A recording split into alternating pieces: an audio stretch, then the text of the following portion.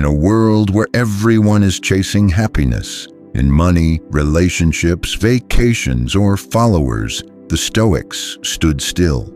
They didn't run after pleasure, success, or validation. They didn't scroll endlessly or wait for the weekend to feel joy. And yet, despite living through wars, exile, and personal loss, they built a kind of happiness so unshakable that it could withstand anything. In today's world, where anxiety and dissatisfaction are at an all-time high, their approach feels more relevant than ever. So why didn't the Stoics chase happiness?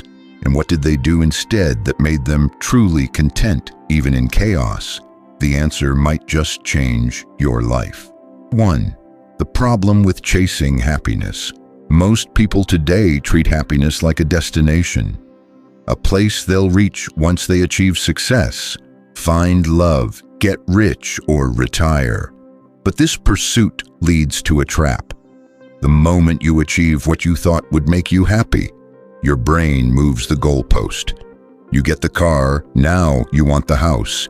You get the job, now you want the promotion. You get likes, now you want followers. It's endless.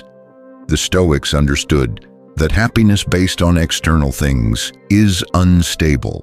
It's vulnerable to loss, change, and other people's actions. That's why they didn't chase it. They built it from the inside out.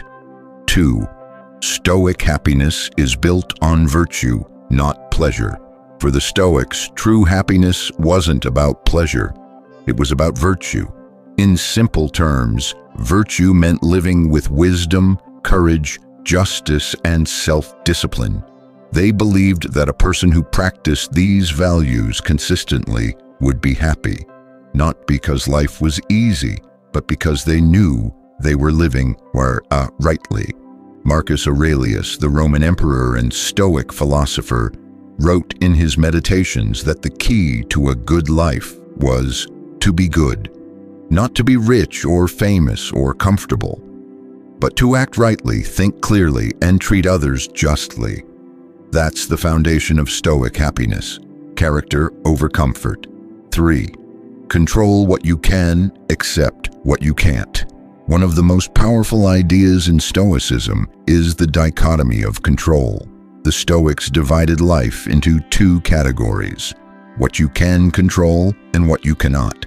Most people place their happiness in the second category, in things they can't control, the behavior of others, the outcome of efforts, how people perceive them.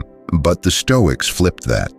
They focused their energy only on what they could control: their thoughts, their actions, their decisions. That's how they built lasting happiness, by anchoring it in something they always had power over. 4. Emotions are messengers, not masters. The Stoics weren't emotionless. They felt sadness, anger, fear, just like anyone else, but they refused to be ruled by emotions. They saw them as signals, not commands. If you feel jealousy, it's not telling you to act jealous. It's telling you to examine your values. If you feel fear, it's not a stop sign. It's a mirror reflecting your thoughts. Epictetus, a former slave turned Stoic teacher, said, "It's not things that disturb us, but our opinions about things." The Stoics built happiness by learning to master their inner world, so the outer world couldn't shake them. 5. Gratitude for the present moment. Happiness isn't found in the future. It's felt in the now. The Stoics practiced deep gratitude. They reminded themselves daily that life is short, that everything can be taken away, and that today is a gift. Seneca wrote, "We are always complaining that our days are few, and acting as though there will be no end to them." That's why the Stoics were so intentional about their time. They didn't waste energy on what they lacked. They focused on what they had. They didn't escape the present.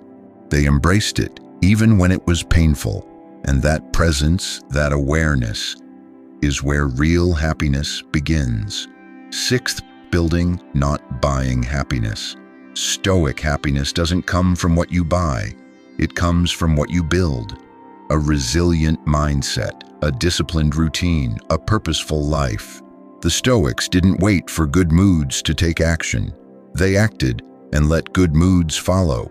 They believed that consistency and virtue would naturally lead to a calm and joyful state. It's like planting a tree. You water it daily, even if you don't see results immediately. Over time, that tree grows roots, and eventually it bears fruit. Stoic happiness is the fruit of your daily effort, not a product of your circumstances. Seventh, application to modern life. In today's fast-paced, dopamine-driven world, Stoic happiness is revolutionary. It asks you to slow down, to take full responsibility for your thoughts, to live with integrity even when no one's watching, to resist the temptation of chasing pleasure, and instead build a life of depth. You can start today by doing one small thing. Identify what's in your control. Take action. Be intentional. Choose courage over comfort. When you do that consistently, you're not just practicing Stoicism. You're building unshakable happiness. So the next time you feel like chasing happiness, pause.